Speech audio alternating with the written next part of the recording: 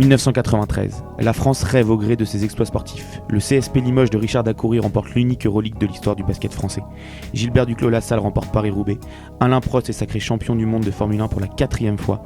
Et l'OM de Tapie décroche l'unique coupe des clubs champions du football hexagonal jusqu'à ce jour, malgré l'affaire VAOM qui éclabousse le foot français. Le maillot ample et la nuque longue sont à la mode et tout le pays attend, au mois de novembre, son équipe nationale qui doit alors valider son billet pour la Coupe du Monde 1994. Il en sera évidemment autrement. Bonjour à tous, je suis avec Jules pour ce 3e épisode de Avec des si, le nouveau format de 11e art, sur lequel on revient un peu sur les plus grands what-if du football français. On avait fait notre premier épisode sur et si Malaga avait éliminé Dortmund en Ligue des Champions 2012-2013, et si pour le deuxième, le Avec des si, et si Gourcuff n'avait pas été pourri par les blessures.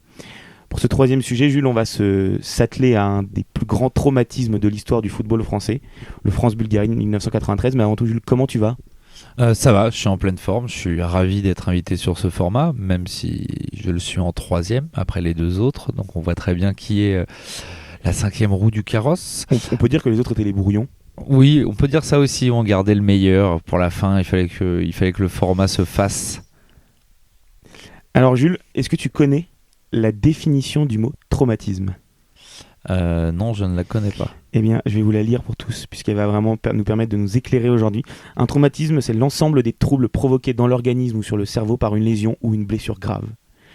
Et évidemment que ce France-Bulgarie restera à jamais comme l'un des plus grands traumatismes, si ce n'est le plus grand, de l'histoire du foot français. De plus, je crois qu'en psychologie, maintenant, on a l'habitude de dire que les traumatismes peuvent être intergénérationnels. Exactement. Et peuvent se transmettre. Et autant dire que nous, on le sait, parce que 93, on n'était pas là. Et pourtant, la lésion est bien présente. Et très bien présente. Et puis, on a des gens qui sont là pour nous le raconter.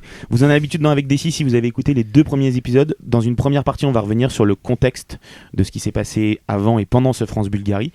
Et dans la 2e moitié de l'émission, nous allons revenir un petit peu sur le what if, donc tout ce qui aurait pu se passer autrement, s'il en avait justement été autrement, pour ce France-Bulgarie de 1993.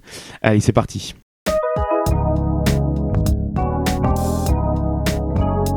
Alors Jules, avant 1993, l'équipe de France connaît des années très compliquées. On se souvient évidemment du football français des années 80 qui sort un petit peu de l'anonymat après la Coupe du Monde 78 en Argentine et notamment la Coupe du Monde 82 avec cette demi-finale de Séville. Un autre traumatisme. Voilà, toute cette génération, Platini, le fameux carré magique qui va jusqu'en 86 emmener les Bleus avec 2 demi-finales de Coupe du Monde et une victoire à l'Euro chez nous à domicile. En 84 contre l'Espagne. Après 86, qu'est-ce qui se passe, Jules ? C'est important.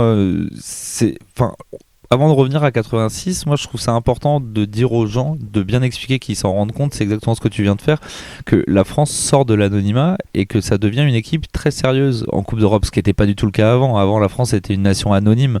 D'ailleurs, vous pouvez interroger vos parents s'ils sont assez âgés ou autres, mais les premières Coupes du Monde en 70, les gamins se trouvaient à l'école un autre pays, que ce soit les Pays-Bas, le Brésil ou autre, parce que la France n'existait pas. 78, c'est la première fois depuis 3 ou 4 éditions que la France participe à nouveau à la Coupe du Monde. Voilà, exactement. Et donc du coup, il faut bien comprendre qu'on arrive en 86. Donc 86, c'est la demi-finale. C'est la demi-finale, oui. Il y a la victoire justement en quart de finale contre le Brésil au tir au but avec le tir au but de Luis Fernandez. Et la demi-finale perdue contre l'Allemagne. Voilà, pour expliquer tout ça, c'est qu'en 86, la France est encore portée à bout de bras par son génie qui est Michel Platini. Notre génération en a pas tant conscience que ça, mais c'est un joueur hors norme à l'époque qui est capable de porter une équipe à bout de bras. Il est à moitié blessé à cette Coupe du Monde.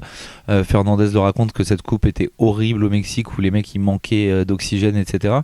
Et donc on arrive donc après 86 avec les éliminatoires pour 88 et là c'est la débandade. C'est la débandade. Déjà avant ça, il y a effectivement un changement, c'est qu'après le sacre en 84, donc à l'Euro 84 à domicile contre l'Espagne, c'est le premier trophée majeur de l'histoire du football national français. Michel Hidalgo, qui est alors l'immense sélectionneur et qui a vraiment relancé cette équipe de France depuis 78, prend sa retraite et il laisse la main à Henri Michel. Exactement. Qui est alors l'entraîneur des espoirs, qui va notamment emmener la France au sacre au JO de Los Angeles en 1984. Et c'est donc Henri Michel qui va prendre sa place sur le banc. On parlait de 86, Henri Michel montre directement ses qualités, il amène la France au même niveau que Michel Hidalgo en 84, à nouveau stoppé par les Allemands. Alors moi après c'est aussi un petit peu une théorie que j'ai en revoyant les événements, c'est est-ce que Henri Michel a amené la France comme Michel Hidalgo. C'est quand même un mec de 36 ans, il est pas beaucoup plus âgé que Platini et il y a quand même une rumeur de Platini entraîneur-joueur sur cette compétition-là. Exactement, avec un Platini qui en 86 en plus joue la compétition à moitié blessé, mais en tout cas pour une première compétition majeure ça reste un résultat honorable de faire troisième, puisqu'il gagne d'ailleurs, la France gagne la petite finale. Il me semble que c'est contre la Belgique d'ailleurs cette petite finale. Mais effectivement tu le disais, à la suite de cet Euro 86, la France, on se dit que malgré la retraite de Michel Platini un an plus tard en 87, la France peut rêver encore grand pour les années à venir. Et pourtant, les années qui vont suivre 86, on commence des années vraiment noires. La France va même pas réussir à se qualifier pour l'Euro 88. Mais là, c'est intéressant de revenir là-dessus, parce que tu as un espèce de maelstrom général entre les cadres qui se barrent à la retraite, les ingérences de la Fédé au niveau de la direction, etc., qui fait que, a posteriori, quand tu relis le truc, on était obligé d'arriver à ce fiasco-là. Alors là, je parle même pas du fiasco de 93, mais déjà ce premier fiasco de la non-qualification en 88, elle était presque évidente. Il y a quand même déjà de base un creux générationnel. En vrai, tous les gros joueurs de l'ancienne génération qu'on portait en 86 la demi, ils se sont barrés. Et derrière, il n'y a pas grand monde pour prendre la relève. Il n'y a plus les Giresse, Tigana, Platini. Effectivement, tu le dis, le football français qui 10 ans auparavant était un nain d'un point de vue du football international, sort de 2 demi-finales de Coupe du Monde consécutives et tenant du titre de l'Euro, et donc ne pas faire l'Euro 88, c'est vraiment une immense déception, et c'est plus que ça. Henri Michel va pourtant rester en place après la compétition, avant finalement d'être assez rapidement écarté, puisque le début des éliminatoires pour la Coupe du Monde 90 sont eux aussi, alors pas catastrophiques mais vraiment mauvais, et finalement en novembre 88, Henri Michel est remplacé sur le banc par Michel Platini. Platini. Alors ça, c'est ça qui est assez passionnant, c'est qu'il faut comprendre aussi qu'il y avait un truc qui était intéressant sociologiquement à voir à l'époque, c'est que la France, on l'a déjà expliqué dans de nombreux formats, notamment la table ronde avec Val et Thibault Leplat, la France n'est pas un pays de culture foot. Ce qui fait qu'à l'époque, il y avait un amour des Bleus pour la génération Platini, etc. Ce qui fait que, par exemple, j'ai vu une stat qui était marrante, pour les éliminatoires de 88, le dernier match contre les RDA où on perd 1-0 à domicile au Parc des Princes, je crois que le stade, il n'y avait même pas 10 000 personnes. Le stade était à moitié vide alors que c'était un match déterminant, et en fait on se rend compte que là, la France n'était pas tant derrière l'équipe de France, mais était derrière la génération de Platini. Donc au moment où Platini revient, personne dans les journalistes ou autres ne cherche à voir les possibles ingérences qu'il y a eu dans la Fédé et tout. C'est le retour du héros, et en fait on s'en fout complètement du reste, et c'est là pour moi une des premières conneries. On est plutôt en fait plus que sur un désamour ou une déception, on est plus sur un vrai désintérêt en fait du public français à l'encontre de l'équipe de France. Ils s'en foutent, et Platini remet de la lumière là-dessus. Après, Platini, il arrive dans des conditions extrêmement particulières. Je sais pas si tu veux le raconter ou... Vas-y, je te laisse. Il faut savoir que la génération qui arrive après 88, ils ont gagné l'Euro Espoir pour la première fois, la génération de Canto et tout. Donc il y a du talent, mais Canto, qui est un peu le chef de file, il s'entend pas bien avec Henri Michel. Et derrière, on va dire qu'il y a beaucoup de fouineries à droite à gauche. C'est qu'il y a le conflit ouvert entre Claude Bèze et Bernard Tapie. Donc Claude Bèze, président des grands Girondins de Bordeaux à cette époque-là. Exactement. Bernard Tapie qui est tout frais et tout récemment patron de l'OM. On sait qu'il y a notamment le transfert de Giresse, qui est capitaine et joueur emblématique de Bordeaux, à Marseille, qui va un peu foutre le bordel dans le football français. Ouais, c'est la grosse rivalité, elle est là, hein. Les jeunes, ils s'étonnent encore aujourd'hui pourquoi on voit en prime time parfois sur des saisons pourries des Marseille Bordeaux le dimanche. Ce n'est pas uniquement parce que Marseille n'a pas gagné à Bordeaux depuis 40 ans, mais ça participe. Et en gros, à l'époque, les présidents de clubs, eux, ce qu'ils espèrent, ce qui est un peu moins le cas aujourd'hui, mais ça l'est toujours, avoir une grosse influence sur le foot français. Et Claude Bèze, il voit d'un très très mauvais œil, parce que lui, c'était le patron avant, l'émergence de Tapie, qui a un gros caractère et qui prend de la place. Et donc, que fait Claude Bèze ? En gros, il va œuvrer en coulisses au niveau du président de la FFF, qui était un charmant monsieur qui s'appelait Fournet-Fayard. Il paraissait dans les mémoires, visiblement. Et donc, Claude Bèze va tout faire pour œuvrer auprès de lui pour placer Platini et se créer un rôle dans l'équipe. En fait, ils ont créé le rôle de superintendant. Je sais pas ce que ça veut dire. Les Américains ont Superman, on a superintendant. Nous, c'est Claude Bèze. Et donc, en gros, il crée ce rôle-là. Et c'est un espèce de complot qu'a dénoncé Henri Michel après. Alors, ce qui est très bizarre aussi, c'est qu'à l'époque, la FFF est très importante. Il faut savoir que tu as le Variété Club de France aussi, Exactement. qui a une influence dingue sur l'équipe de France. Alors aujourd'hui, on l'imagine pas du tout, mais à l'époque, tu as beaucoup de journalistes comme Thierry Roland, notamment etc. Jacques Vendroux et Thierry Roland qui font partie du Variété Club de France. Et donc, ce Variété Club de France va œuvrer avec Claude Bèze pour dégager Henri Michel et ramener Platini, qui fait entre autres un petit coup de pute à son ancien coéquipier et ancien coach. Donc il arrive en novembre 88 sur le banc de l'équipe de France. Et malgré son arrivée et toute son aura, on estime qu'il est capable de relancer le foot français. Pourtant, la France ne valide pas son billet pour la Coupe du Monde 1990. Et effectivement, tu le disais tout à l'heure, il y a un groupe qui est peut-être compliqué à gérer, et c'est aussi pour ça qu'Henri Michel est démis de ses fonctions, ou qu'on le pousse à démissionner en tout cas. C'est que Platini, par son aura, on estime qu'il est capable de calmer cette nouvelle génération qui arrive avec des très très forts caractères. Il y a encore Luis Fernandez, par exemple, à cette époque, qui va permettre aussi de faire le relais de Michel Platini. Mais on pense évidemment à Cantona et Papin, les deux stars de l'équipe de France, les deux attaquants, qui sont à ce moment-là encore jeunes, mais qui ont un tempérament de feu et qui peuvent vraiment mettre le bordel dans cette équipe de France. Ils ont un tempérament de feu, mais il y a vraiment du talent quand même. C'est-à-dire que Cantona, il vient de gagner l'Euro Espoir. Papin, il enchaîne les saisons de malade en France, où il est 3 fois de suite meilleur buteur à cette époque-là. Dans la génération 88, il y a des gens comme Angloma, comme Casoni, comme Franck Sauzet, comme Eric Cantona, c'est que des bons joueurs de ballon. Alors qu'on va dire que la génération dont a bénéficié Henri Michel entre 86 et 88, aujourd'hui, on n'en connaît quasiment plus un. Exactement. Du coup on passe rapidement sur cette Coupe du Monde 90 qui sera remportée par l'Allemagne puisque la France n'y participe pas. On est donc à 2 compétitions majeures consécutives à laquelle la France ne prend pas part, l'Euro 88 et donc la Coupe du Monde 90 en Italie. Mais la France va finir par se qualifier enfin après 6 ans d'abstinence dans une compétition majeure, et ça sera l'Euro 1992 qui va vite également tourner au fiasco. Alors, l'Euro 92 tourne au fiasco. En fait, ce qui est drôle, c'est qu'à l'époque, on va dire que si certains yeux avisés et avec un peu de recul auraient pu accueillir avec beaucoup de scepticisme l'arrivée de Platini, et en fait, personne ne le fait. On lui fait confiance et il leur donne confiance en fait. La période d'éliminatoire, la France la survole. Alors qu'historiquement, on a eu des mal. On gagne tous nos matchs de qualification pour se qualifier en 92, et donc là, tout le monde se dit hurrah, retour de la France. Exactement. Et en plus, l'aura de Platini et sa popularité dans un foot français relance, tu le disais, l'intérêt pour l'équipe de France, et fait aussi qu'il il ne peut pas être la cible vraiment des critiques, notamment des journalistes ou des Français, parce que tout le monde l'adore. Et en fait, on a envie de voir Platini sélectionneur de cette équipe de France. Alors après, du coup, avant qu'on arrive tout de suite sur l'échec de 92, pour mettre un petit peu et réexpliquer le contexte à tout le monde, pour dédouaner un peu Michel Platini, il faut savoir que la réussite des éliminatoires est aussi mise en place par sa tactique. Il a réussi à faire jouer Papin et Cantona devant, ce qui est la clé de voûte de son effectif. Sauf que problème, une fois qu'on est qualifié en janvier, il y a la fameuse affaire Cantona, où il y a un gros problème où, dans je sais plus quel match, où il s'embrouille et il est suspendu. Il jette un ballon sur l'arbitre. Ouais, une classique, il jette un ballon sur l'arbitre.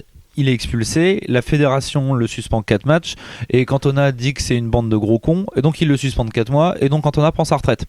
Et sauf que Platini, il est là. C'est comme si 5 mois avant la Coupe du Monde, Griezmann prend sa retraite et Deschamps il perd. L'imagine moins. On l'imagine moins, c'est moins le caractère. Et ça, les gens le savent pas forcément. Ce qui est intéressant, c'est que c'est Platini qui trouve la porte de sortie à Cantona avec Leeds, et c'est lui qui l'envoie en Angleterre, Exactement. etc. Mais il y a un truc un peu qui est cassé dans la dynamique. Et on rentre donc dans l'Euro 92 avec cette phase de poule, l'Euro 92 qui se joue en Suède. On hérite d'un groupe qui est à la fois accessible et qui peut paraître sur le papier compliqué. Ce qui est drôle, c'est surtout que plus que ça, malgré les matchs de préparation, etc., les observateurs européens voient l'équipe de France comme la meilleure équipe de la poule, voire un des favoris de l'Euro. C'est-à-dire qu'on a Papin qui est une nouvelle fois meilleur buteur de D1, on a Cantona qui vient de remporter le titre avec Leeds, derrière on a la défense de Marseille qui est impénétrable, qui a fait une saison historique de D1, je crois qu'ils ont pris que 21 buts dans toute la saison, donc tout le monde se dit ça va le faire. Exactement. Sauf que ça va pas du tout le faire, malgré une poule qu'on pense sur le papier accessible. Match nul en ouverture contre la Suède qui joue donc à domicile, puis contre l'Angleterre. Sur le dernier match, la France a quand même son destin entre les mains, si elle s'impose contre le Danemark. La France a complètement son destin en main, et il se foire un peu sur ce match complètement. Ça veut dire qu'en fait on a complètement sous-estimé ces Danois, et on se fait avoir par leur fougue, parce que dès le début ils nous prennent à la gorge, ils marquent un but à la 8e.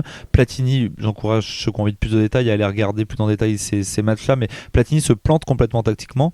Il met, je crois que c'est Christian Pérez qui met latéral droit, alors que c'est un milieu défensif, et il a la lucidité de changer grâce notamment au conseil de son adjoint. qui est Gérard Rouillet, et il change à la mi-temps, on revient à partout, on reprend la gonfle et tout. Et en fait, on a sous-estimé les Danois, qui ont remis un coup derrière et qui nous mettent, qui gagnent 2-1, et on sort piteusement de cet Euro. On sort très piteusement de cet Euro.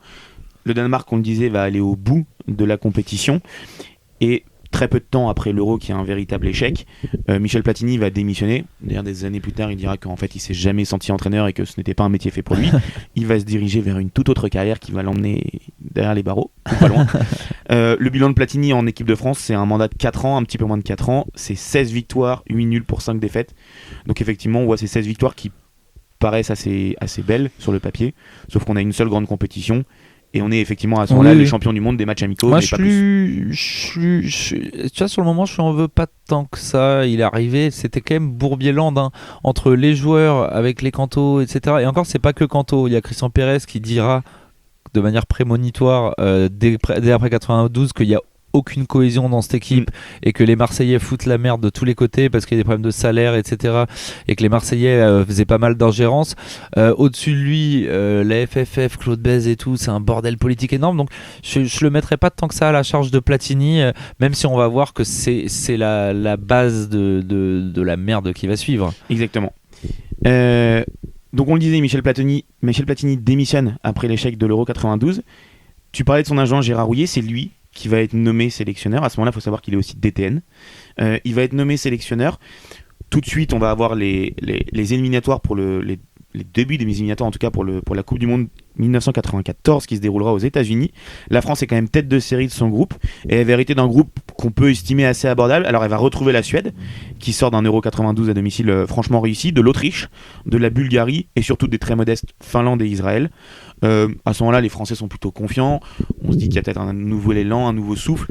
Après, le tirage est assez clément. Ce qui est drôle, enfin moi je m'en suis rendu compte beaucoup en lisant des papiers à l'époque, c'est que j'encourage tout le monde à aller se renseigner là-dessus. Dans les années en fait 75-90, dans cette période-là, je pense que la Suède est un plus grand pays de foot que la France. Hein. Ils finissent toujours premiers de leurs éliminatoires, ils figurent plutôt pas mal dans les compétitions internationales. Donc la Suède, c'est un peu entre guillemets le favori avec la France de ce groupe. Exactement. Ça fait clairement office et d'ailleurs c'est eux qui termineront à la première place de ce groupe.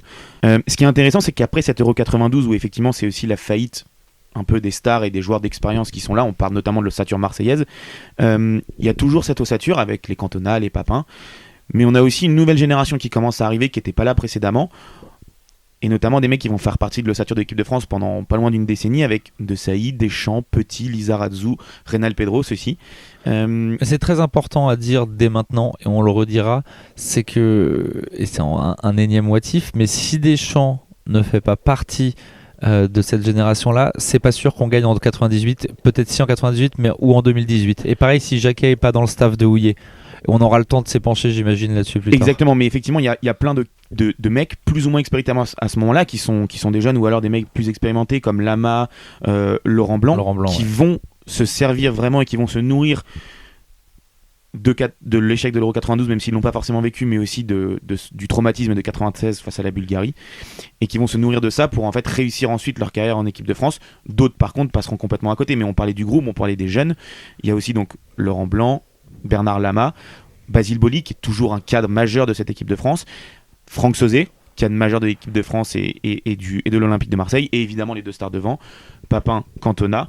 Une petite star montante aussi, le fameux El Magnifico Ginola. David Ginola qui connaît des débuts en sélection avec l'équipe de France assez compliqués, mais qui est en tout cas une vraie star en devenir, un joueur magnifique et qu'on estime et qu'on espère être à ce moment-là en France le troisième magnifique de l'attaque française. Ce qui est intéressant, c'est que le match contre la Bulgarie qui va jouer donc en novembre 93, il y a 6 des titulaires contre la Bulgarie qui étaient de la partie et qui étaient du groupe français à l'Euro 92, un an et demi plus tôt. Donc on voit qu'il y a quand même sur 11 titulaires, on est à plus de la moitié. C'est quand même une belle ossature qui était encore là en 92 et on se dit... De toute façon, il n'y a aucune volonté d'Houillet de révolutionner quoi que ce soit. Hein. Il s'appuie plus ou moins sur un groupe similaire, parce que tu parles des titulaires, mais dans le groupe aussi, même s'il a pris des jeunes. L'idée est pas bête sur le papier. On s'attendait pas à un fiasco pareil. Exactement. Les éliminatoires vont débuter et la France s'annonce avant les 3 derniers matchs comme première de son groupe avec 13 points, la Suède est deuxième avec 12 points et la Bulgarie troisième. Pardon, ça c'est à 2 matchs de la fin. Mais il y a justement ce match nul en Suède qui est déjà un petit peu une sorte de... La France peut pas officiellement valider son billet, mais le match en Suède, le match nul, la France a le match entre les mains, elle mène 1-0, elle va se faire rejoindre dans les 10 dernières minutes. À ce moment-là, on pense pas du tout à... C'est une connerie. Mais parce que quand on en parle avec les gens de cette génération, moi j'en ai pas mal parlé avec mon père qui avait vécu ça très proche à l'époque, parce qu'ils avaient plus ou moins nos âges à ce moment-là. Lui, c'est ce qu'il me disait. Il me dit tout le monde a toujours rabâché cette histoire de il nous restait Israël-Bulgarie, on n'avait qu'un point à prendre. C'est vrai, mais un match avant, il suffisait de gagner contre la Suède. Exactement. Donc en fait, ça commence même avant. Il suffisait finalement de prendre 3 points en 3 matchs. Ça commence effectivement dès avant. L'égalisation suédoise revient à la 87e minute, et on va le voir ensuite, que ce soit contre Israël et surtout contre la Bulgarie. Les dernières minutes, les 10, 5, voire le temps additionnel, à ce moment-là, l'équipe de France les gère très mal. On sent une équipe qui est fébrile, alors que la qualif était en main. Donc on s'avance sur cet avant-dernier match à domicile contre Israël. Il reste 2 matchs à domicile, Israël-Bulgarie. Il suffit seulement de 2 points en 2 matchs. Il faut savoir qu'Israël, à ce moment-là, ça fait plus d'1 an qu'ils n'ont pas gagné un match en compétition officielle, toute compétition confondue. À l'aller, l'équipe de France a largement gagné 4-0 à Tel Aviv. On se dit que l'équipe de France est invaincue en match officiel également depuis plus de 4 ans et demi au Parc des Princes. Franchement, on se dit... Tout est ficelé, l'équipe de France va battre Israël assez facilement et va valider son billet avant même le dernier match pour les États-Unis. Mais de toute façon, tout le monde, enfin, même quand on parle, j'en reviens, parlez-en avec vos oncles, vos parents, si vous avez nos âges, ou même peut-être vous avez vécu cette époque-là, personne n'imaginait que la France ne serait pas à la Coupe du Monde. C'était impossible. Et d'ailleurs, certains joueurs le disent, Lisa Razou, je crois, disent, eux, ils y étaient déjà. Exactement, mais ce coup de karma, il n'y a pas que les joueurs, tout le monde s'enflamme, l'équipe, alors j'ai plus la une en tête, mais l'équipe fait une en disant qu'en gros c'est déjà fait. La boîte de nuit est réservée pour le soir même pour fêter la qualification pour les joueurs, pour le staff et pour les membres de la fédération, les partenaires. Le programme officiel du match qui est distribué, alors ça on connaît plus forcément maintenant, mais le programme officiel du match qui est distribué en tribune s'appelle Que la fête commence. Et avant le match, la sono du Parc des Princes met plusieurs chansons évoquant les États-Unis, donc Born in the USA de Bruce Springsteen. Et surtout, l'Amérique, le tube de Joe Dassin qui résonne à fond plusieurs fois au moment de l'échauffement. On est dans une ambiance quand même assez surréaliste quand on sait. Non, mais on s'étonne après que les Français soient vus comme un peuple de connards à l'étranger. C'est ça. Mais après, moi, pour revenir sur le contexte plus général, de toute façon, il n'y a pas de surprise. Tout le monde sait ce qui s'est passé. Israël-Bulgarie, tout le monde a un peu le scénario en tête. Moi, ce qui m'intéresse, c'est vraiment de voir à l'intérieur, quand on lit après le truc, ce qui est dingue, c'est que quand on relit les journalistes qui étaient là à l'époque et tout le monde dit la même chose, il dit il y a quand même pas grand chose tactiquement dans cette équipe, déjà tout reposé sur plus ou moins les 2 stars devant, s'il en manquait 2 il n'y avait plus rien, donc Houillet n'a pas mis un système tactique de malade, il a continué dans la lignée de Platini et puis on va y revenir certainement tout de suite ou un peu plus tard, mais il n'y avait pas de cohésion dans cette équipe. Ça se tirait dessus. Il y avait zéro cohésion, notamment entre les joueurs et le staff, notamment Houillet qui est très critiqué par ses joueurs en interne. On a évidemment les tensions entre Marseillais et Parisiens, puisque le grand classico, on va dire, du foot français n'est plus le Bordeaux-Marseille des années 80. C'est devenu le PSG-OM mené par Tapi et Canal+ d'un côté, enfin de l'autre côté.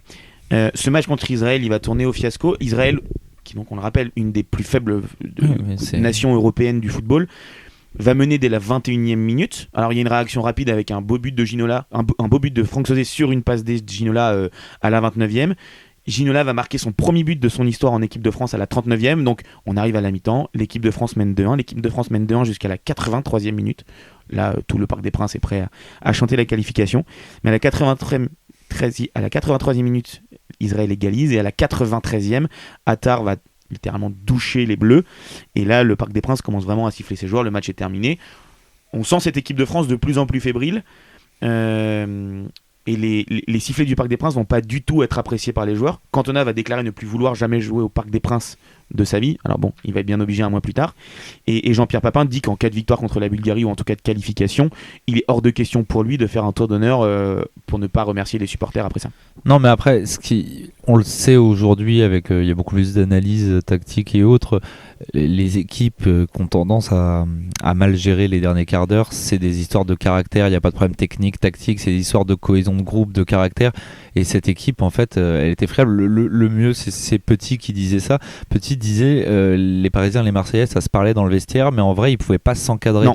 La violence des termes, c'est même pas que les mecs s'aimaient pas trop comme on l'a tous vécu dans des clubs de foot, etc. C'est qu'ils pouvaient pas s'encadrer. Comment tu veux faire une équipe, un groupe avec ça? C'est une équipe de France qui est minée par les clans. Et c'est là l'immense force. Alors c'est une petite aparté, c'est là l'immense force de Del Bosque, c'est d'avoir réussi à, pendant les pires années de la rivalité Mourinho, Guardiola, Barça, Real, d'avoir su faire fi de ça, et les joueurs ont aussi été très intelligents. Et je m'avance un tout petit peu encore sur le what if. Il faut bien savoir que Aimé Jacquet est l'adjoint Douillet à l'époque, Deschamps est sur le terrain et encore un jeune joueur, Laurent Blanc est là aussi. Tous ces mecs-là, est-ce que vous comprenez maintenant pourquoi ils mettent la vie de groupe et la cohésion de groupe au-dessus de tout? C'est qu'ils ont compris que c'est comme ça qu'on gagne une compétition et pas en alignant les meilleurs joueurs les uns avec les autres. Exactement. Donc un mois après ce match d'Israël, on arrive en novembre 93, la France joue son dernier match d'éliminatoire. La France s'est fait passer devant, a perdu la première place aux dépens d'une très solide Suède, mais la France est deuxième synonyme de qualification. La France n'a qu'un match nul, n'a juste pas à perdre parce que la Bulgarie est troisième, pour passer à la place de la Bulgarie. Sauf que quelques jours avant le match, la presse sort les compositions probables. Ginola n'apparaît dans aucune d'entre elles. Ginola qui est un peu la seule éclaircie du match contre Israël, puisqu'il fait un but et son premier et ça est une passe décisive. Et il va voir qu'il n'est pas titulaire et il va régler ses comptes depuis Clairefontaine la veille du match contre Gérard Houllier. Il va notamment le dire, quand on lui a posé la question de ma titularisation, il n'a jamais voulu répondre, il s'est défilé dans peur d'en blesser d'autres. Voilà.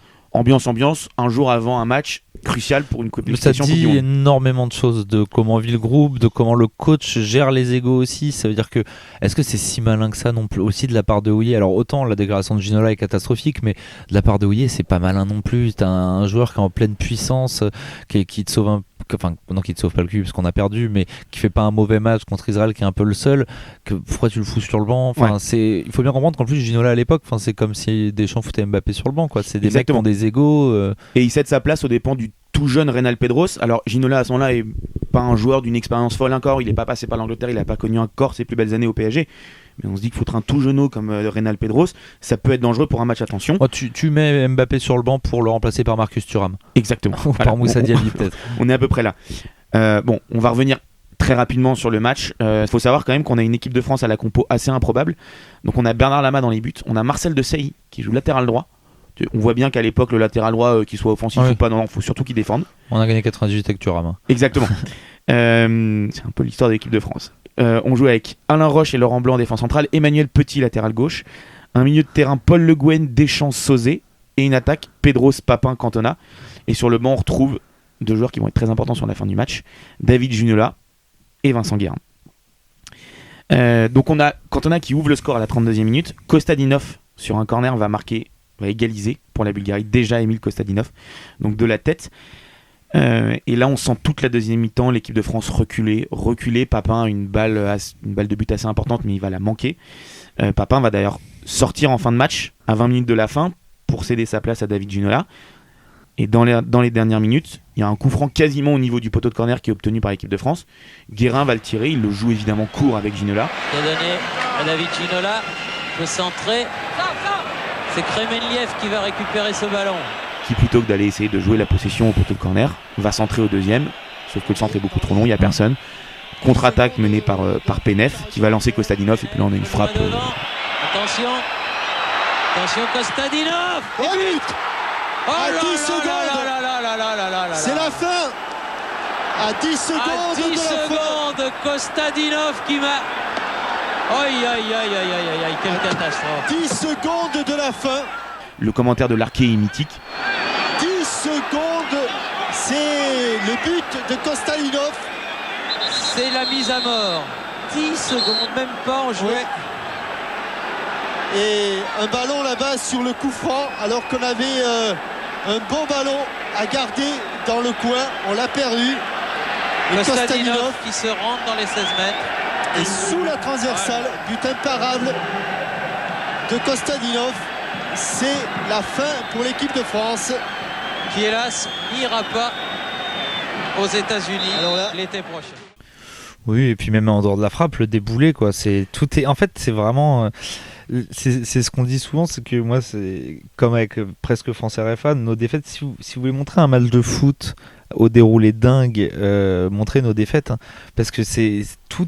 T'as l'impression que tout était écrit à l'avance, quoi. C'est du théâtre. Même t'en parlais, la pluie diluvienne sur le parc. Tout. Ginola qui avait parlé la veille, ça va lui retomber dessus. Enfin, tout est créé. Quand tu lis ça a posteriori, tu te dis que les dieux du foot en avaient décidé ainsi. Juste petit aparté sur Emil Kostadinov, qui est donc le double buteur et le bourreau de l'équipe de France.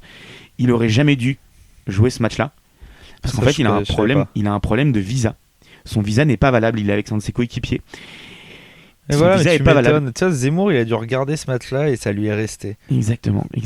Donc son visa n'est pas valable et en fait c'est un de ses coéquipiers, Georgiev, qui va conduire la voiture, qui joue à ce moment-là en France et qui va lui dire je connais un poste frontière à Mulhouse où on peut passer assez facilement, il n'y a pas trop de contrôle.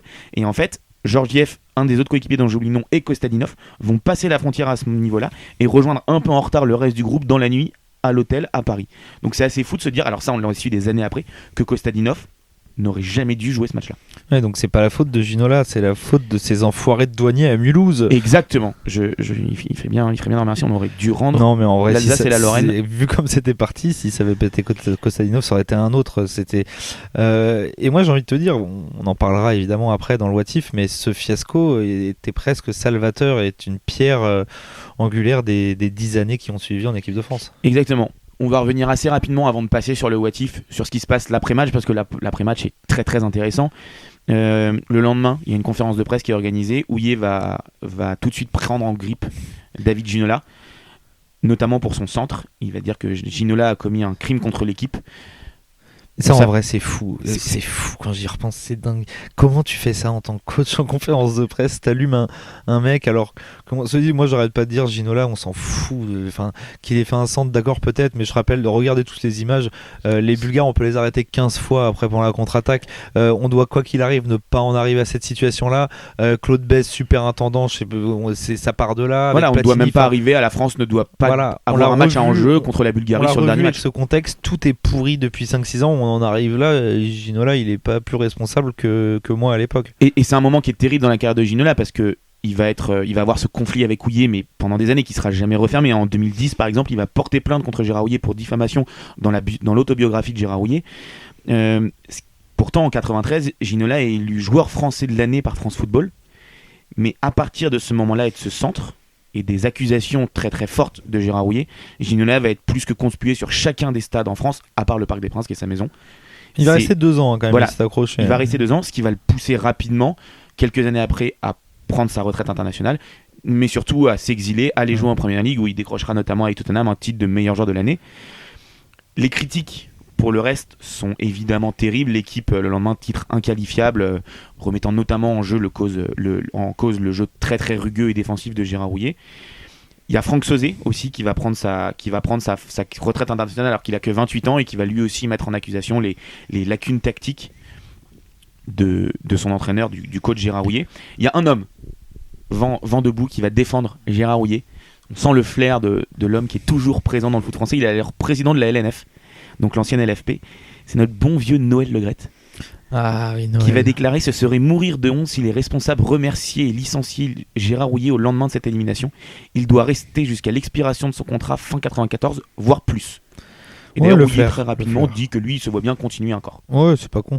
Le faire, non, mais pour moi, il y a un truc qui montre que c'est principalement pour moi la faute des instances et de Houllier que je tiens en partie responsable, non seulement de ne pas avoir appris des années Platini et d'avoir continué à entretenir cette ambiance délétère dans le vestiaire, c'est que prenez tous ces joueurs individuellement, tous les joueurs de ce groupe-là, ils font tous une carrière très honorable, si ce n'est plus.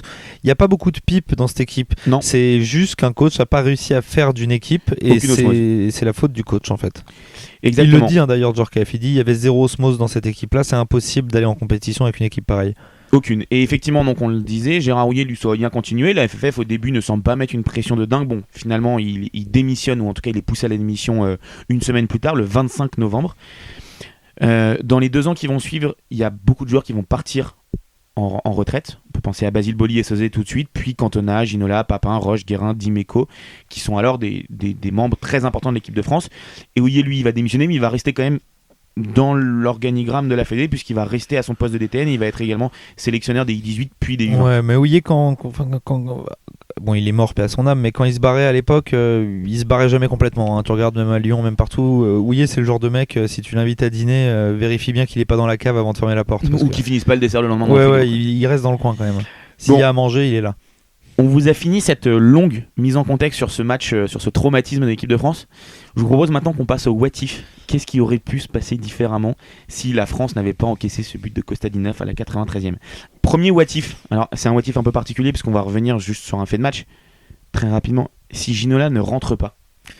Oui, bah alors j'ai envie de te dire que ton what if, il est un peu bateau entre guillemets, parce que évidemment si Ginola ne rentre pas, il est pas là pour centrer. Mais qui te dit qu'un autre ne va pas rentrer? Moi, ce que je remets presque en cause, c'est le coaching de Houillet.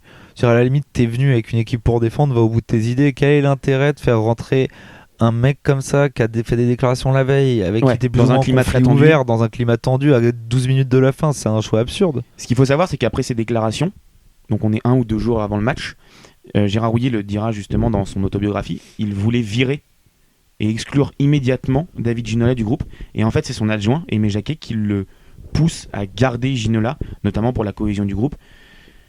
Bon, effectivement, moi je suis d'accord avec toi. Peut-être que si Ginola, il est probable que si Ginola ne rentre pas, il n'y a peut-être pas ce centre au second poteau. Mais le problème, il est peut-être de le faire entrer au vu des tensions. Et au-delà de ça, le problème n'est pas réglé avant.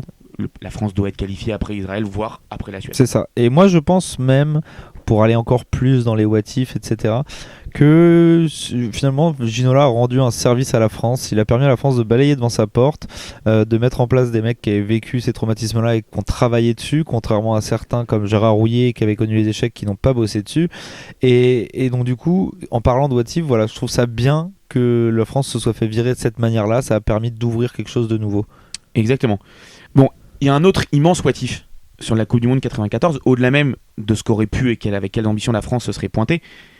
Comment se déroule la compétition Coupe du Monde 1994? Parce que c'est là que c'est très intéressant, c'est que la Bulgarie, au final, on se dit c'est complètement fou, ils ont éliminé l'équipe de France, c'est un exploit pour eux. Sauf que nenni, j'ai envie de dire que nenni, la Bulgarie va faire une compétition incroyable et va atteindre les demi-finales. Donc en phase de poule, ils sont avec le Nigeria, la Grèce et l'Argentine. Ils vont prendre un 3-0 d'entrée par le Nigeria avant de gagner 4-0 contre la Grèce, 2-0 contre l'Argentine. Donc là on est quand même sur un exploit assez fou. L'Argentine qui est dans un contexte très compliqué parce que Maradona vient d'être suspendu pour dopage dans la compétition, donc il est mis de côté. L'Argentine va finalement quand même être qualifiée en tant que meilleure troisième, mais déjà la Bulgarie sort des poules dans une poule qui n'était pas donnée d'avance. Non mais la Bulgarie derrière, c'est là où on en revient au fait que finalement c'était écrit, et finalement même en tant que Français, après je l'ai pas vécu et Dieu sait que j'aurais pleuré à l'époque, mais finalement c'est mieux pour tout le monde. C'est bien que cette génération de Bulgarie ait fait ce parcours là et soit à l'état de meilleur, parce que pour le coup eux c'était une équipe. Kostadinov, nous on s'en souvient, mais je pense qu'on va poser la question à des Allemands, des Anglais, ils ont aucune foutre idée de qui est Kostadinov. Non, par contre les supporters bordelais peut-être, parce que Kostadinov c'est quand même un chat noir pour le football français, puisque je crois que c'est en 96 finale de Coupe de l'UEFA, il marque en finale contre Bordeaux. Oui, il est insupportable ce Kostadinov. Voilà. Mais bref, ce que je veux dire c'est que voilà, c'est pas une équipe de Bulgarie où tu as forcément des grandes stars, etc. Pour le coup, eux c'était une vraie équipe qui se battait avec leurs armes, et finalement c'est bien pour tout le monde. Donc si la France est à la Coupe du Monde, ça veut dire que la Bulgarie n'y est pas.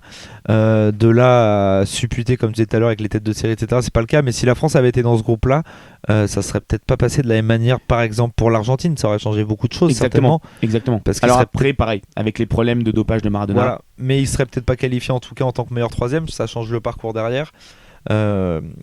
Voilà. Après, j'encourage beaucoup de gens, ce que c'est passé, je fais une mini parenthèse, c'est passé dans les archives du foot français. On a éliminé cette Coupe du Monde de l'histoire parce qu'on n'y était pas avec ce traumatisme, mais il y a beaucoup d'articles, de vidéos de cette Coupe du Monde, et c'était une très belle Coupe du Monde. Exactement, il y a les Roumains menés par Hadji qui vont sortir justement les Argentins. Il y a donc cette Bulgarie complètement insensée, sans grande star, mis à part l'immense Stoïkov qui va faire un exploit, puisque après la sortie de poule, la Bulgarie va éliminer le Mexique en 8ème au tir au but. Elle va renverser surtout l'Allemagne en quart de finale, et elle va juste buter en demi-finale sur l'Italie de Baggio. Et la Bulgarie par contre va prendre, pour le coup, va vraiment se faire éclater dans la match pour la 3ème place, 4-0 par la Suède. La Suède qui est déjà suédois. Donc en fait les deux équipes qui sont sorties du groupe des éliminatoires pour la Coupe du Monde 94 dans le même groupe que l'équipe de France, c'est Bulgarie et Suède qui vont tous les deux faire demi-finale. Gérard Rouillet va te le dire, pas de regret, c'était une super équipe. Exactement. Non mais après je vais te dire ce qui serait passé si on était à la Coupe du Monde, on aurait remplacé la Bulgarie, et ce qui serait passé c'est que comme d'hab on aurait perdu en quart contre l'Allemagne, et du coup l'Allemagne serait allée au bout. Est-ce que c'est pas un peu tôt pour perdre contre les Allemands? Non, les Allemands ils aiment bien gagner contre nous à l'époque. On parle de cette Bulgarie complètement folle des années 94. Tu disais il n'y avait pas forcément de star à part évidemment Hristo Stoïkov. Stoïkov, la fin d'année, avec cette demi-finale de la Bulgarie, il va être élu Ballon d'Or. Alors on peut se poser la question, si la Bulgarie ne va pas à la Coupe du Monde et que Stoïkov qui finit meilleur buteur avec 6 réalisations de la compétition, est-ce que Stoïkov est Ballon d'Or? Probablement pas. Non, je pense pas. Et puis vice versa, tu peux toujours retourner les trucs. Imaginons, parce que finalement ils vont qu'en demi. C'est pas absurde d'imaginer que la France aille à cette Coupe du Monde, que la France même saute en quart, mais que derrière Canto te mette 4-5 buts. Est-ce que Cantona n'est pas Ballon d'Or à la fin? Il arrive avec Leeds, il gagne le championnat anglais. Non, ça c'était un an avant, mais bref, derrière il va à Manu. Il est un joueur majeur, voilà. Et à ce moment-là, c'est justement 93-94, c'est sa première saison avec Manu. Voilà, il fait une très très bonne saison avec Manu. Si la France, je pense que Cantona peut l'être aussi, c'est que ça s'est joué là-dessus parce que c'était à l'époque où on récompensait pas forcément des collectifs, mais des vraies personnalités. Exact, et Cantona avait vraiment la personnalité pour ça. Donc après, privé de la Coupe du Monde, c'était impossible de le donner à quelqu'un qui n'y était pas. Mais oui, Stoïkov ne l'aurait certainement pas eu s'ils n'étaient pas à la Coupe du Monde, c'est même assez certain. Alors, peut-être que ça aurait pu être Cantona. Quand on regarde le classement cette année-là, il y a 2 hommes qui se détachent en termes de vote et qui sont assez loin de Stoïkov, mais qui sont le deuxième et le troisième. C'est 2 Italiens. C'est Roberto Baggio et Paolo Maldini qui finit 3e. Alors, on peut se dire forcément ça aurait été Baggio. Est-ce qu'on donne le Ballon d'Or à un mec qui rate le penalty décisif dans la séance de tir au but contre le Brésil après une finale pitoyable? C'est pas Baggio, je sais pas, parce que le Barça perd la finale des Coupes des clubs champions contre le Milan de Maldini. C'est-à-dire que, imaginons, si Stoïkov n'y est pas, Maldini, il est quand même bien placé. Exactement. C'est-à-dire qu'il finit en finale, comme tu dis, il rate pas le péno, il a gagné avec des champions avec la Serie A. Et la Serie A avec le Milan AC. Maldini, c'est pas absurde si Stoïkov est pas là. Exactement. Donc il y a une sorte de compétition peut-être entre Baggio et Maldini.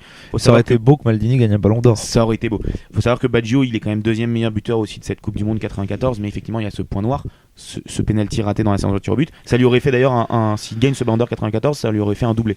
Il aurait eu le Ballon d'Or 2 années consécutives, ce qui est assez incroyable. Mais en fait, il y a un homme qui se dégage, alors a posteriori, c'est beau à dire parce qu'à l'époque ce n'était pas possible, c'est Romario, qui joue à ce moment-là au Barça, comme Stoïkov, donc qui fait cette finale de Coupe des clubs champions, qui est élu meilleur joueur du mondial, qui gagne le mondial, sauf que 94, c'est la dernière année où les joueurs non européens ne peuvent pas recevoir le Ballon d'Or, ce qui est assez terrible pour lui. Du coup, on sort un peu du cadre du what if, entre guillemets, parce que même si Stoïkov n'avait pas été là, Romario ne l'aurait pas eu pour autant. Ils auraient pu avancer le règlement pour un an, merde. Un an près, mais c'est peut-être après ça, hein. Peut-être que s'ils ont ouvert au non-européen après, c'est qu'ils se sont dit que c'était tellement dégueulasse de ne pas pouvoir lui donner. Il faut se plonger là-dedans, mais c'est très probable. Bon, on revient sur notre équipe de France pour un nouveau what if. S'il n'y a pas élimination contre la Bulgarie, Gérard Rouillet reste sélectionneur en 94, voire plus. Est-ce que sa carrière personnelle, sa carrière à lui, de Gérard Rouillet en tant que coach, est la même? Je pense pas. Je pense pas pour une simple et bonne raison. On va y revenir parce que pour moi c'est le point de base de tous ces what if.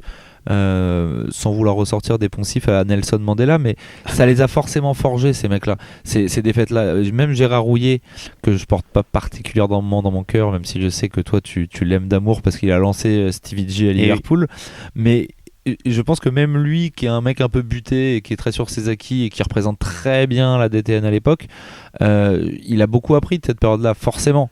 Je pense qu'effectivement ça le forge. Donc tu le disais, il va passer ses années sélectionneur U18, U20, il va passer quelques années à la DTN. Assez rapidement il va se lasser et il va avoir un peu un coup de fil. Alors après son échec contre la Bulgarie, on se dit il est cramé, il va traverser un désert pas possible. Il retrouve un club et c'est Liverpool en 98, et c'est assez incroyable de se dire qu'un club comme Liverpool, qui est alors un géant un peu malade dans cette fin des années 90, va parier sur un entraîneur étranger, français, qui n'a pas entraîné de grands clubs si ce n'est le PSG, qui à cette époque-là n'est pas un immense club, qui ressort d'un échec assez considérable avec l'équipe de France. Mais ce qui est assez intéressant, c'est justement de voir ça. Alors il faudrait se pencher dessus parce que j'avoue que j'ai pas la réponse, mais il me semble pas que Houillet avant 93 est un mec qui fasse excessivement confiance aux jeunes. dans cette équipe de France qui est plus ou moins vieillissante, et après c'est devenu plus ou moins entre guillemets une marque de fabrique entre Liverpool, entre Lyon. Et donc est-ce qu'il n'a pas appris de ses relations conflictuelles avec Ginola, de son apprentissage peut-être auprès de Deschamps et autres, par exemple sur cet aspect-là? Je suis complètement d'accord avec toi, je pense qu'il apprend beaucoup, et effectivement ces années à Liverpool il va commencer à participer à relancer une équipe qui va gagner, on le disait, Liverpool c'est vraiment un géant endormi dans les années 90, gagne assez peu de trophées, il va beaucoup, tu le disais, s'appuyer sur des jeunes, on pense alors évidemment Fowler qui est une des stars à cette époque, mais très très rapidement c'est pas lui qui le sort, mais il va placer une immense confiance à Michael Owen qui va être ballon d'or notamment sous Gérard Houllier. Il va aussi lancer Jamie Carragher et surtout Steven Gerrard, immense légende de Liverpool. Voilà, c'est lui qui va le chercher sur une anecdote assez incroyable où il va voir un joueur que l'entraîneur des jeunes lui recommande. Le joueur le satisfait pas. Par contre, ce match-là, Steven Gerrard est upgradé et surclassé, il monte de catégorie. Et là, tout de suite, Houllier flash sur le joueur, il va l'amener à s'entraîner avec les pros, puis le lancer dans le grand bain. Mais ce qui est même assez intéressant dans sa carrière, c'est que on sait que Houllier à l'époque a déjà pas mal de rapports conflictuels avec l'équipe. C'est déjà le cas à l'époque où il est adjoint de Platini, etc. Et ce qui est drôle, c'est qu'à l'avenir, que ce soit à Lyon ou à Liverpool, tous les joueurs qu'il a eu sous ses ordres expriment un certain attachement pour lui. Donc je pense que même dans le côté humain, dans son approche humaine d'un groupe, il a dû évoluer vis-à-vis de ça et grandir vis-à-vis de ça. Forcément, de toute façon, avec 7-8 ans qui sont passés, avec une traversée du désert. Donc évidemment que non, pour répondre à ton motif, sa carrière n'aurait pas été la même. Ouais. Et je pense même que moi, s'il continue, je pense que c'est possible qu'il n'y ait pas de carrière. C'est possible qu'il aille au mondial peut-être un peu plus à l'Euro 96 et qu'après, peut-être, je sais pas, il est écœuré ou déçu et il arrête. Alors ce qui est marrant, c'est que pendant cette période de l'été 94 où se déroule la Coupe du Monde, l'équipe de France va jouer quelques matchs amicaux, à peu près à cette période, et il y a un joueur qui va connaître sa première sélection à l'été 94, qui s'appelle Zinedine Zidane. La vraie question qui se pose, c'est aussi est-ce que Zidane, du coup, a la même explosion en équipe de France à partir de 94, on dit, il joue ses premiers matchs, mais du coup, surtout, est-ce que la France est championne du monde en 98 ? C'est sûr que non. Je pense pas. Alors après, on va avoir des armées de complotistes qui vont nous dire que de toute façon, cette Coupe du Monde était achetée et que quoi qu'il arrive, on l'aurait eu. Mais pour revenir au truc, c'est que il y a beaucoup de joueurs qui sont restés dans le groupe et au même titre que Houllier, il y a des points dans des carrières et évidemment 93 en est un énorme pour beaucoup qui ont appris. Mais il y en a d'autres aussi que ça a pété. Tu parlais tout à l'heure de Sosé, Reynal Pedro, c'est plus ou moins ça. Il va à l'Euro 96, mais sa carrière s'arrête très tôt. Il rate son tir au but en demi-finale et donc les deux coups sur coup font qu'il ne reviendra quasiment plus jamais en équipe de France. Il ne reviendra plus jamais en équipe de France. Et donc mine de rien, ça c'est des places d'offensif. Ginola, Pedro, Sosé, c'est des places d'offensif et de milieu qui se libèrent pour, du coup je reviens à ton premier what if, pour les Zizou, même joueur qui prend plus d'importance, même un mec comme Dugarry qui a eu une importance peut-être moindre mais pas sûre finalement dans le groupe, parce que voilà, typiquement tout le monde dit sans Zizou, Dugarry jamais à la Coupe du Monde. Peut-être, mais à mon avis c'est sans Jacquet qu'il est jamais à la Coupe du Monde, parce que Jacquet a très bien compris que c'était le meilleur pote de Zizou, que c'est important d'avoir des bandes de potes dans un groupe. Et donc, du coup, pour aller encore plus loin dans ton what if général, je pense surtout qu'on ne la gagne pas parce qu'on n'a pas Jacquet qui a le temps de mettre en place toutes ces choses-là.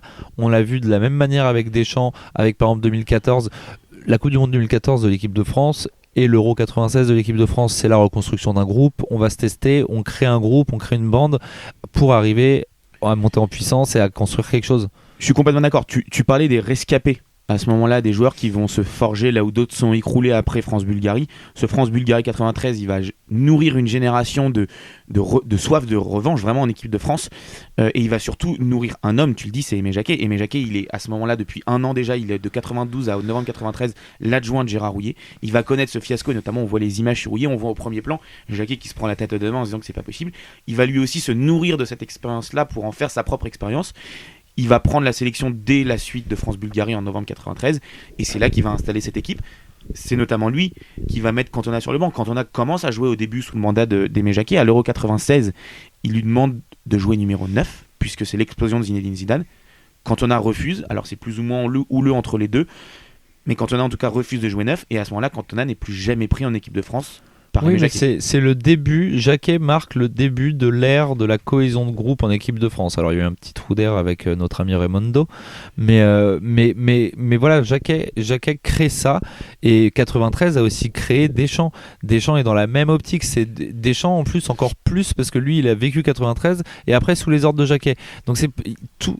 Maintenant quand vous regardez les sélections des Bleus, comment ça se fait, etc. Pensez à ça. Deschamps, il est obsédé par ça. Il a vu des vestiaires pourris en équipe de France, qu'on menait des fiascos pareils. Il y a un truc qui l'intéresse, c'est que tout se passe bien. C'est pour ça qu'il y a des Adil Rami dans les Coupes du Monde, qu'il y a peut-être des Kimpembe. Enfin, c'est pour ça que tous ces gens-là sont là. C'est que c'est extrêmement important. Et des qui ? Et des enceintes. Oui, des enceintes. Très important les enceintes. Alors c'est marrant que tu disais ça, on parlait de Jacquet et de Deschamps. En fait, on se rend compte que tous les tauliers de 98 ont connu France-Bulgarie ou presque. On parle de Laurent Blanc qui était à l'époque surnommé le président, qui était le capitaine de cette équipe, Didier Deschamps évidemment, Marcel Desailly qui est l'ossature de cette équipe de France, Emmanuel Petit, Djorkaeff, Lama qui est également très très important pour le groupe, et Lizarazu qui pour le coup lui est peut-être un peu plus jeune en 93, mais qui lui aussi s'est nourri de sûr qu'il s'en est contre la Bulgarie. Après, il n'était pas là contre la Bulgarie, donc peut-être que ça atténue un peu le truc, le choc entre dans guillemets. Les groupes à ces moments-là, mais effectivement, il a vécu cette situation délétère en équipe de France. Je pense qu'il faut bien comprendre, on a un peu de mal à voir ça, mais je pense que l'équipe de France, à mon avis, c'est un calvaire de 88 à 93. Les mecs ne voulaient pas se rejoindre, les mecs y allaient en traînant des pieds en équipe de France. Et je suis assez d'accord que ça soit dans l'attitude, dans le comportement des joueurs et aussi dans l'approche du coach de Jacquet qui va faire fi des critiques aussi parce qu'il a vu ce que Gérard Rouillet a vécu. Je pense très clairement comme toi que si la France ne connaît pas le fiasco de France-Bulgarie 93, elle ne gagne probablement pas la Coupe du Monde à la maison en 98. Après, je pense que, tu vois, je continue à dire que notre fédé est quand même pas ouf et assez gangréné, mais je pense que ça marque aussi une période où la Fédé prend un peu de recul sur les choix sportifs. C'est-à-dire qu'on le voit bien, avant, la Fédé imposait des coachs.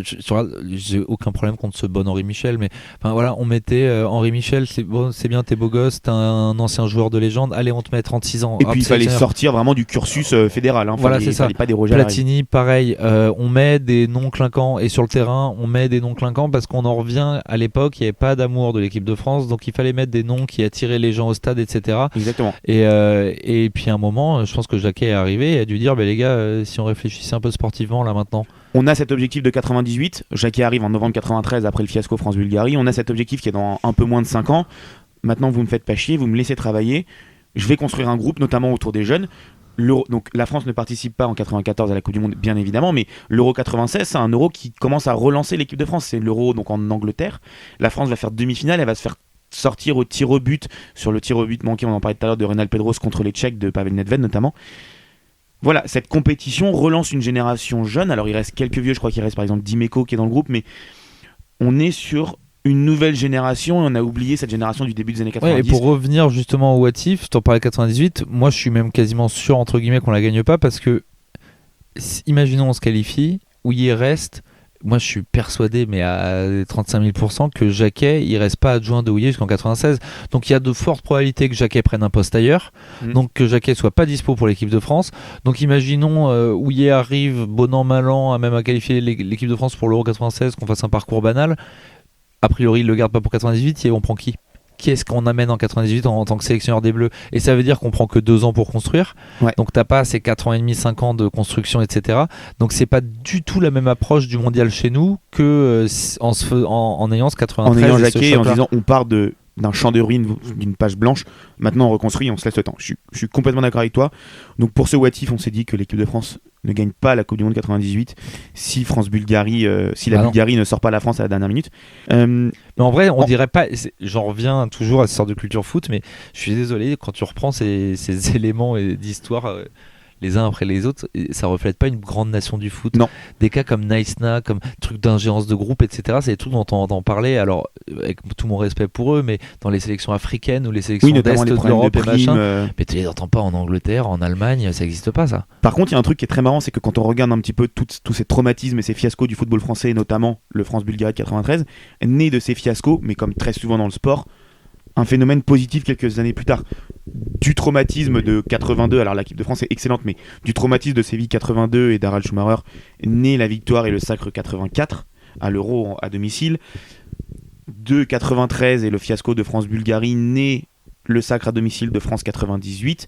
Probablement que de Naïsna, de l'Euro 92, de cette période assez sombre, en gros du coup de boule de Zidane, Naïsna, naît finalement l'arrivée de Deschamps et le sacre, la finale de 2016 et le sacre de 2018. C'est certainement la finale de 2016. Voilà, chaque moment négatif du football français fait naître un moment après, positif tu vois, dans quelques années. Ce que je trouve intéressant, c'est ce que tu viens de dire, c'est que, tu vois, pour le coup, France RFA, ok, ça a fait 84, très bien, mais est-ce que ça a eu beaucoup d'importance sur le foot français à la suite ? Je suis pas sûr. Alors que le France-Bulgarie de 93, pour moi, il a encore des effets sur le foot français d'aujourd'hui.